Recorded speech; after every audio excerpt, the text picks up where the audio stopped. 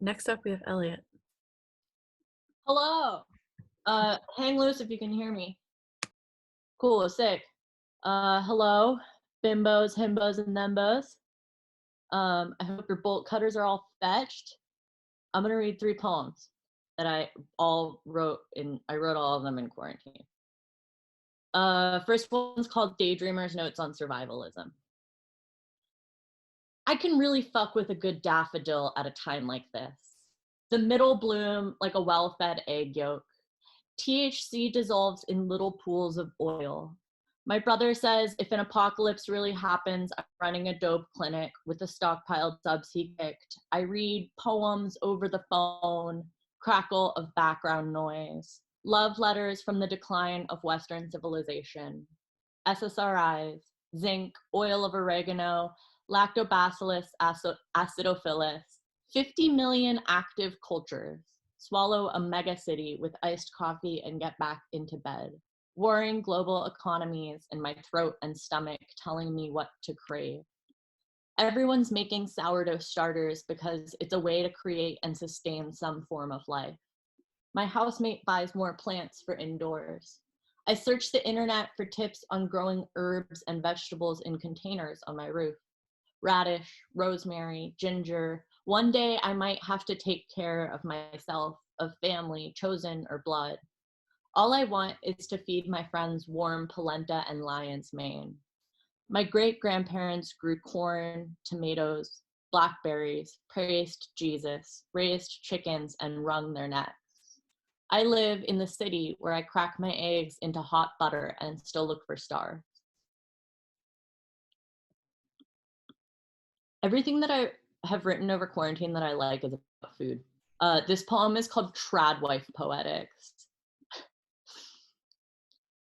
I'm just a sad cum slut sleeping next to an uncanny valley dildo with a lost harness. I smell only myself when I wake. I bloom the coffee grounds and consider the last time I looked right into somebody's eyes. On the phone with my Republican grandfather when I tell him confinement has me cooking elaborate meals. He says, I'll make a fella happy someday. I laugh, and then I laugh in a different tone later. But really, he's right.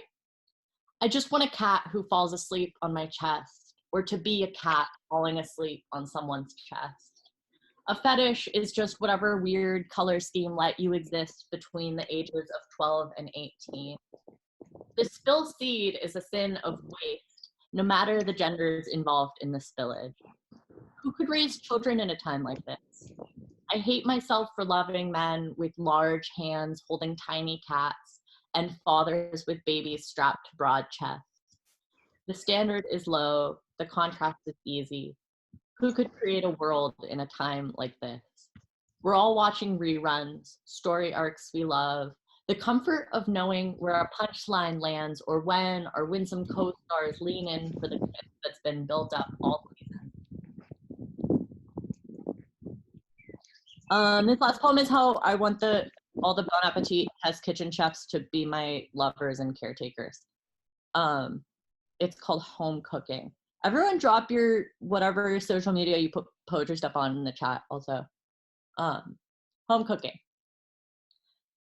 In my dreams, I am the raw yolk of an ostrich egg in Brad Leone's fingers, dripping clear albumen as he lays me into a bed of salt and spices, a crown jewel or wet sun.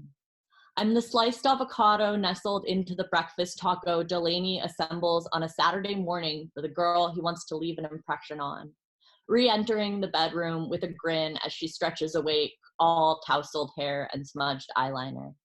Finally, an appetite in the morning. Men whose large hands can handle something delicate, removed from its slippery home. I'm melting into the mac and cheese Sola and her husband make together, dancing to oldies as I bubble in the oven. In my dreams, I'm the soup spoon rising to Christina's lips as she tastes the broth, giving the flavors time to meld together. Blunt smoke and best friend's laughter rising from the next room like its own comforting stock of smells. I'm the smallest, most buttery morsel of pastry dough falling from the counter to be snatched by Claire's cat, a forbidden treat, a little stolen, unhealthy piece of human love. And when I sleep, I'm the girl and the husband and the best friends and the cat too, satiated, fed. And sometimes I'm the chef's, patient, fluent in sugar and oil, using motion and heat to bloom the pure act of care. Thanks, y'all. That was sick, Elliot. Thank you. Loved the energy of those poems. All right, next up is Sasha. Hi. Okay, so first I just wanted to start by reading. I'm so happy to be here. I just wanted to read something that I'm going to say is after these Kate Durbin poems where she transcribes the hills, but it's literally just Evelyn's speech from the elimination ceremony on episode 5 of MTV's Real World Road Rules, The Challenge, The Island. So I'm just going to read that really quick, and then I'll read a poem. It's funny. It's a funny game we're playing. 1 minute you think you've got it all figured out, and then there's a twist and it blows everything you thought out of the water. There's an alliance that has pretty much dominated every decision that has been made. These people play the game with nothing but selfishness, dishonesty, and cowardice. They stomp around this island and bully all the rest of us into submitting to any decision that they'd like to make. Tonight, what I've got to say to you guys is fuck you, fuck your alliance. The members of this alliance are Kenny, Johnny, Dunbar, Paula, and Johanna, and every one of us would be naive to think that we are somehow part of their plans. The truth is, they would stab any one of us in the back for the victory. Now that I'm throwing myself out there, I'm going after your captain. Johnny, I'm taking your key. If you want it back, then you can fight for it and win it back. Okay.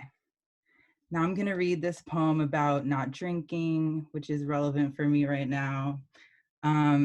So it's called "The Stars of the Fast and Furious franchise have a clause in their contracts that say they can never lose a fight." I'm gonna take a deep breath. I get like nervous and I speed up. Okay. All last fall, I shouldn't have been driving. I knew what a car could mean to a person and what a person could mean to a person, and I drove off the road instead. I didn't really want to die. Instead of saying I want to die, we should say I want to go to sleep. We want pause. We want to hold ourselves in slow motion, having just driven off a cliff, to close our eyes and feel the parachute pull us back. Take a deep breath as the car flies between two skyscrapers. Another spring, another sequel. Give me Tyrese and Ludacris burning circles into the moon, Michelle Rodriguez flipping in zero gravity, Vin Diesel racing a spaceship to Mars and winning. The franchise branches out. The world introduces new villains. I was not an angry drunk, but fuck, I am an angry sober. Sobriety empties all the hiding places. The world becomes a straight line. You look hate in the face like an old friend. I never pictured getting the gang back together like this, bare, alight, clamoring for a seat. Paranoia keeps checking the airbag. We pull up on everyone is looking at me while he's in a meeting. I tap on the glass door and motion, come with me.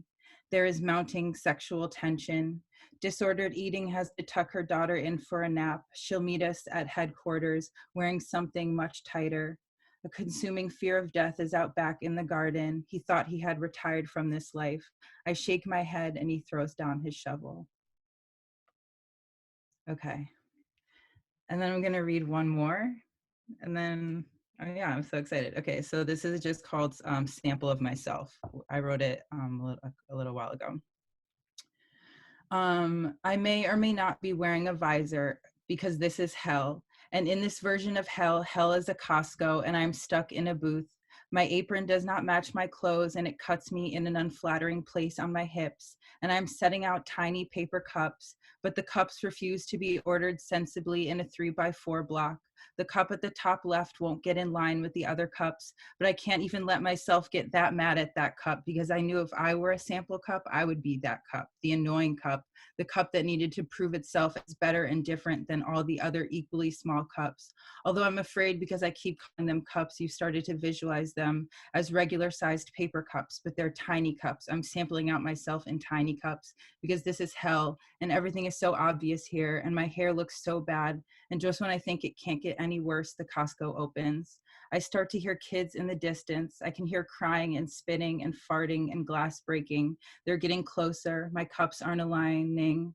One of the kids yells, "Mommy, I'm going to touch every single item for sale in this Costco." And the mom yells back, "I love you so much. I'll pick you up to reach the things on the highest shelves." And the shelves are pretty high in Costco, but this is less a Costco and more a hell. Time isn't real here. And the kid touches every single item on sale in this Costco pretty quickly. And I know I'm next, and I don't like being touched, but I don't get a choice because I'm so for sale. I'm on sale. I'm in every tiny cup.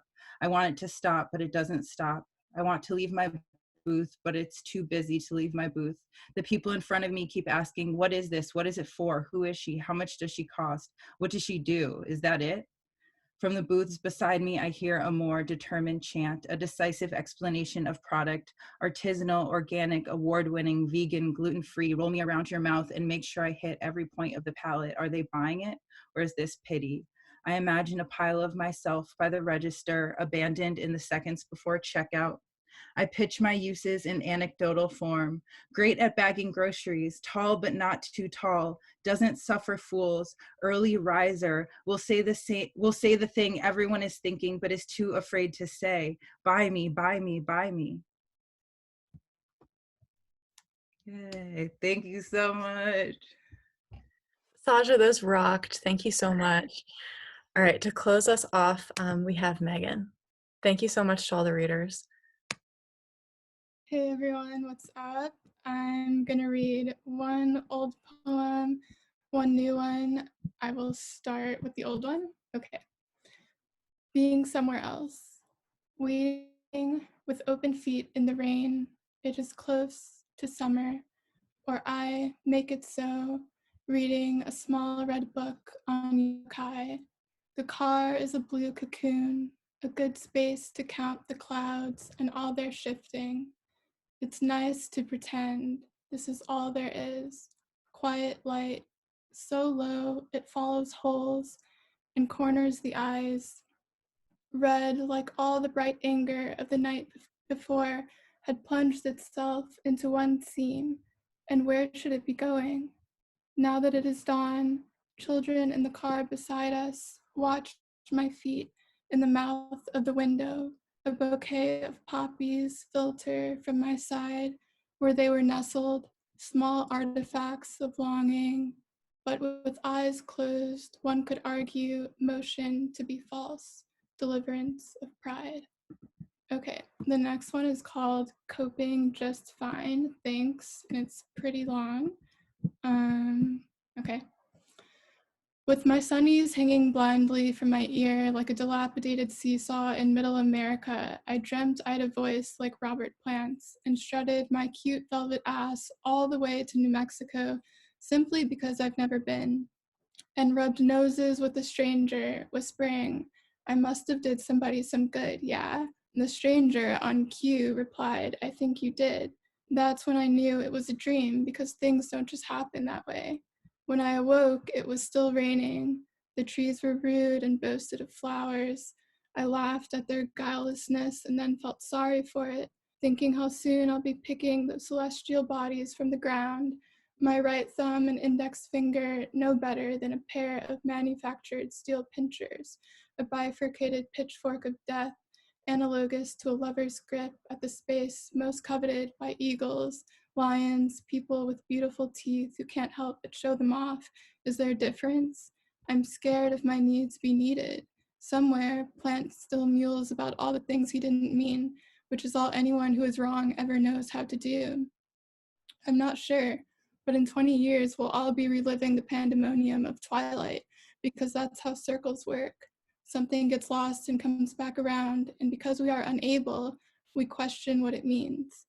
I'm sure there are people who voted for the orange fascist and think roaming in the rain in cheap running shoes infantile, but I find it chic, which is just another way of saying not everyone's opinion matters.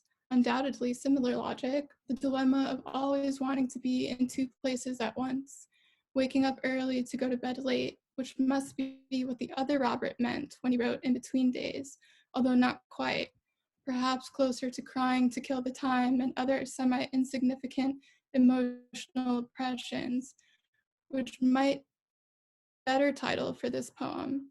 In an act less graceful than retying my shoes on 6th Avenue, I've managed to perfect a cadence of self-isolationism, which includes abhorrent bouts of absurdity. Answering the door au naturel isn't exactly my style, but I do enjoy ice splattered across the floor, like a mirror that's been broken from an ugly and rancorous fight. I also just love the scent of cold.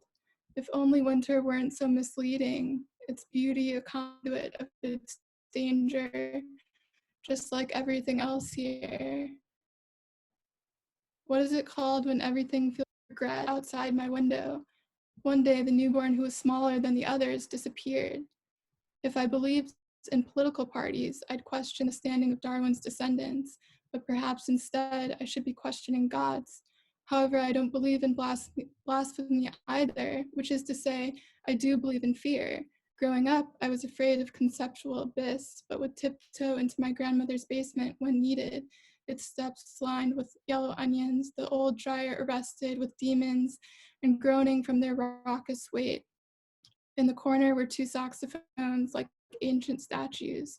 They stared impolitely from the wall, but I loved them even without their sound. Like a Steve Reich composition, I've been feeling the urge to say no to everyone, myself included, though I don't think I mean any of it, just very tired of having to always explain. I'd prefer my dog, who has zero possession of intelligible vocabulary and an unbounded affinity for affection, along with those nameless strawberry candies old people give you when you smile weakly at the butterscotch and black licorice. This is similar to what happened on the second day of this year, shopping for a rare guitar somewhere along Carmine Street. Looking back, it was questionable to take it as a good omen. Still, I miss walking around the city and knowing something of stubborn happiness. I miss homemade peach cobbler that's been frozen for a couple of weeks and is now thawing on a perfect summer day. The clouds a more Faustian image than usual. The sun so sloppy with brilliance, sitting face to face with the generous sky, feels more like staring at a suit of armor plated with mirrors. But that's the beauty of the outside world. You don't have to be pitted against yourself for countless hours. You can sit alone and really be that way. The birds interest in you and the lines they make out of pure intention is enough.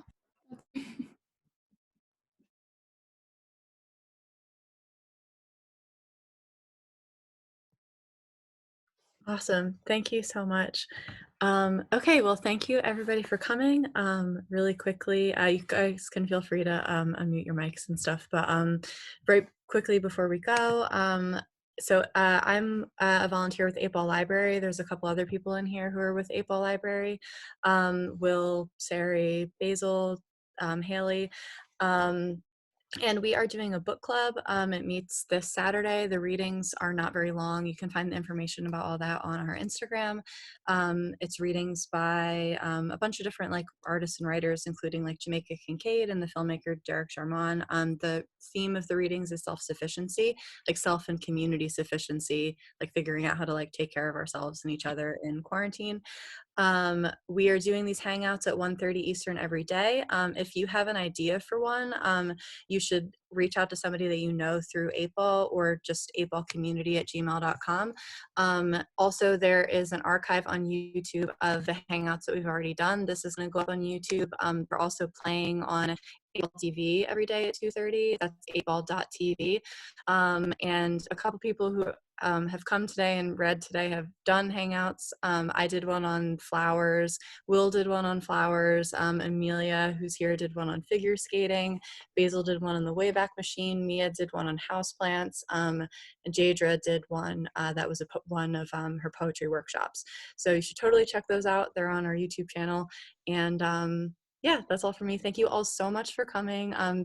Sari has something to say too before you go. But yeah, be well, everybody. I'll be fast. I've been posting like half of the hangouts, so if you have an idea, you can also just hit me up.